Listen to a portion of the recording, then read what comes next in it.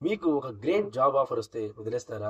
కానీ 1921వ సంవత్సరంలో నేతాజీ సుభాష్ చంద్రబోస్ అదే చేశారు. నేను చెప్తున్న ఆ great offer Indian civil services.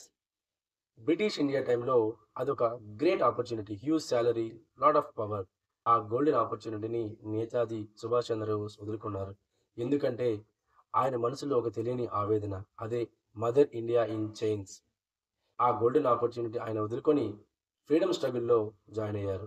ఆయన తండ్రికి అది అస్సలు నచ్చలేదు. కానీ నేతాజీకి బాగా తెలుసు. Duty comes before comfort. ఆ డిసిషన్ ఎంత గొప్పదనేది మనం ఇప్పుడు చేస్తే తెలుస్తుంది. నేతాజీ ఒక కంఫర్టబుల్ అండ్ పవర్‌ఫుల్ లైఫ్‌ని వదులుకొని తను ఒక స్ట్రగుల్ అండ్ అన్‌సర్టెయిన్ లైఫ్‌ని ఎంచుకున్నారు. మన లైఫ్‌లో కూడా సమ్‌టైమ్స్ మనం మన డ్యూటీని, మన పొజిషన్‌ని, మన కంఫర్ట్‌ని బీట్ చేయాల్సి ఉంటుంది. నేతాజీ ఈ డెసిషన్‌తో మనకు చెప్పిందేంటంటే true leadership is about sacrifice. Netaji ఈ బోల్డ్ డెసిషన్ తర్వాత ఏం చేశారు? ఆయన ఎస్కేపింగ్ ఇంకా షాకింగ్. ఆ స్టోరీ కోసం నెక్స్ట్ షార్ట్‌ని చూడండి. సబ్స్క్రైబ్ మరిచిన కథలు channel. Don't forget to click on bell icon.